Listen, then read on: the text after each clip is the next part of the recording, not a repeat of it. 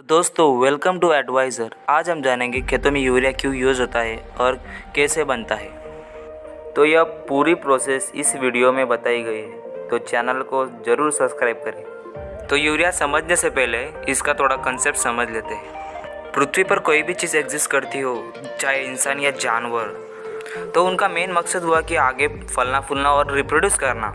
तो प्लांट भी अपने जनरेशन और अपनी स्पीसीज़ को आगे बढ़ाने के लिए सीड प्रोड्यूस करते हैं और वह सीड के रैप अराउंड फूड प्रोड्यूस करते हैं, क्योंकि उनको जर्मिनेशन के लिए मदद हो।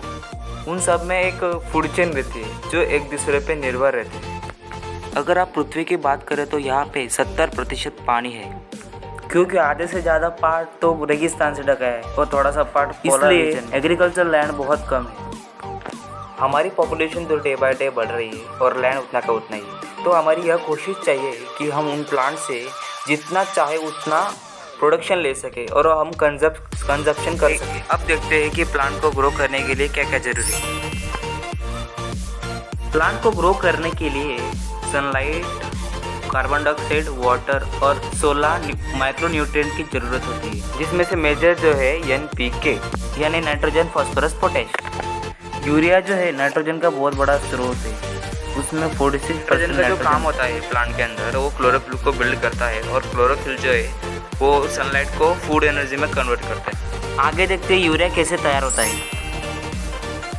जो नाइट्रोजन गैस है वो एयर में प्रेजेंट होता है, तो वो डिफ़िकल्ट होता है लिक्विड में कन्वर्ट करने के लिए, तो उसको बहुत कॉम्प्लेक्स प्रोसेस से गुजरना पड़ता है।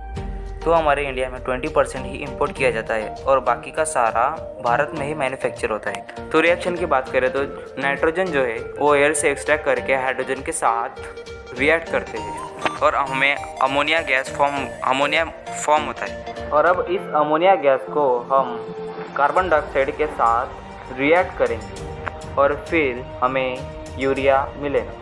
रिएक्शन के बाद जो हमें यूरिया मिला है उसे अमोनियम कार्बामाइन कहते हैं। वो बहुत डाइल्यूट होता है, उसे हीटिंग प्रोसेस से कॉन्सेंट्रेट किया जाता है और उस लिक्विड को बॉल में कन्वर्ट करने के लिए प्रिलिंग टावर में लिया जाता है। तो इस प्रिलिंग टावर में क्या किया जाता है, जो वो कॉन्सेंट्रेटेड लिक्विड होता है ना, तो वो ऊपर से स्प्रे किया जाता है और नीचे से जो है ठंडी हवा ऊपर भेजी जाती है। उस दरमियान वो जो लिक्विड है क्रिस्टल में फॉर्म होता है और नीचे कन्वेयर बेड पे आता है और इन सारे बॉल्स को कन्वेयर बेल्ट के सहारे कलेक्ट किया जाता है। और यहाँ पे आता है हमारा दूसरा प्रोसेस, उसे कहते हैं नीम कोटेड।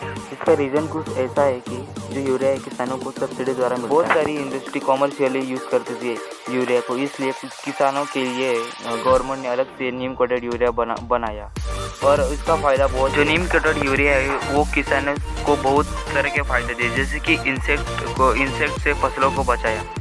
तो दोस्तों शुक्रिया, मिलते हैं अगले वीडियो में।